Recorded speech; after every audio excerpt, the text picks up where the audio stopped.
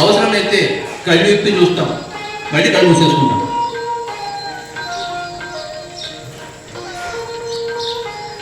ఎన్నో జన్మలు కళ్ళు ఇప్పి ఇప్పి ఇప్పి నరకాన్ని అనుభవించాం. ఈ జన్మలో కళ్ళు మూసుకుని మూసుకుని స్వర్గాన్ని అనుభవిద్దాం.